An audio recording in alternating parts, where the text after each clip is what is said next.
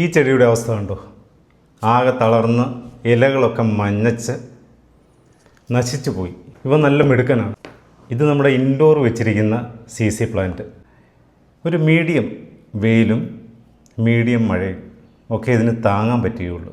ഇത് ശരിക്കും ഇൻഡോറായിട്ടാണ് വെക്കുന്നതെങ്കിലും മുറിക്കുള്ളിൽ വയ്ക്കാതിരിക്കുന്നതാണ് നല്ലത്. മുറിക്കുള്ളിൽ വെച്ചാൽ പോലും ഇടയ്ക്ക് വെയിൽ കൊള്ളിക്കുന്നതാണ് നല്ലത്. ഇവനാണ് CC പ്ലാന്റ്.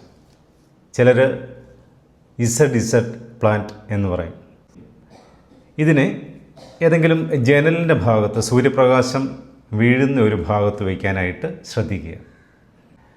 അതേപോലെ ഇത് മുറിക്കുള്ളിൽ തന്നെ വയ്ക്കുകയാണെങ്കിലും ഇതിൻ്റെ ഇലകളെല്ലാം മഞ്ഞച്ചു പോകും.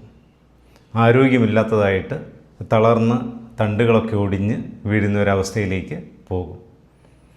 അതേപോലെ നമുക്ക് സിറ്റ് ഔട്ടിലാണ് ഇത് വയ്ക്കാൻ പറ്റിയ ഏറ്റവും നല്ല സ്ഥലം. സിറ്റ് ഔട്ടിലാവുമ്പോൾ സൂര്യപ്രകാശം നേരിട്ടല്ലാതെ തന്നെ ലഭിക്കുന്നുമുണ്ട്. അതുകൊണ്ട് ഇതിൻ്റെ വളർച്ച നല്ല രീതിയിൽ നടക്കുകയും ചെയ്യും. ഇതിനെ ഇനി വീണ്ടും നമ്മൾ തിരിച്ച് പഴയ അവസ്ഥയിലാക്കണമെങ്കിൽ വെളിയിൽ വെച്ചിരുന്ന ഇവനെ അകത്തേക്കെടുത്ത് വയ്ക്കണം.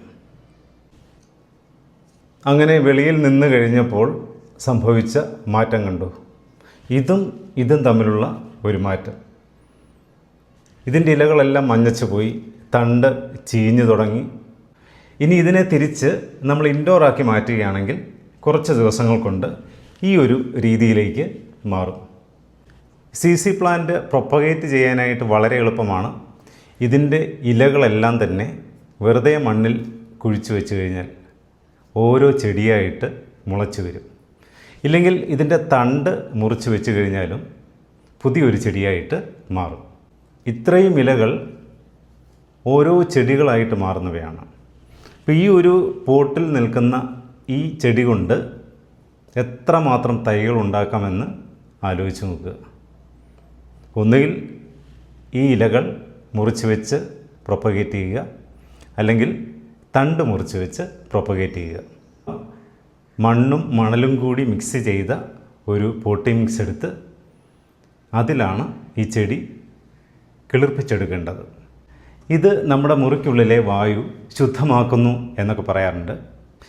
പെട്ടെന്ന് തന്നെ വളർത്തിയെടുക്കാൻ പറ്റിയ ഒരു ചെടി കൂടിയാണ് ഈ CC പ്ലാന്റ്. അധികം നമ്മൾ കെയർ ചെയ്യേണ്ട ആവശ്യമൊന്നുമില്ല. അധികം വളപ്രയോഗം നടത്തേണ്ട ആവശ്യമില്ല. കീടങ്ങൾ അധികമായിട്ട് ബാധിക്കുകയില്ല.